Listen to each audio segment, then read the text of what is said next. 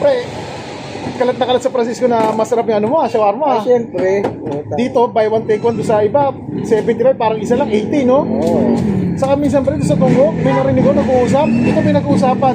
Ito? Yan, ano mo, yung shawarma mo. Sikat na ba doon? Sikat na? Tapos yung beef daw niya, talagang fresh na fresh yung beef eh. Giniling yan pala, giniling. Beef talaga yan. Oo. Ano yan? Local beef lang? Yung ano, baka. Oo nga, local lang siya. Kasi doon, may nakakain sa Arab. Oo.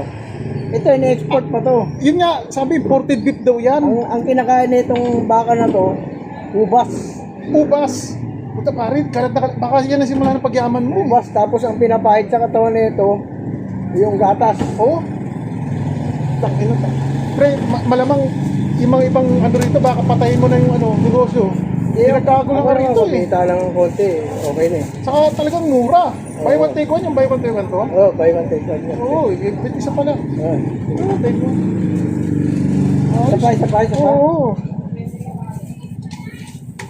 Kahit doon sa ano, napakain ako doon sa Lagro, narinig ko, ito pre, ito daw itatapat ko sa ano, masarap.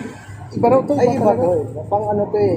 Pang Sa- world class to pre. Mura na siya, masarap, sulit na sulit Pang world talaga. class.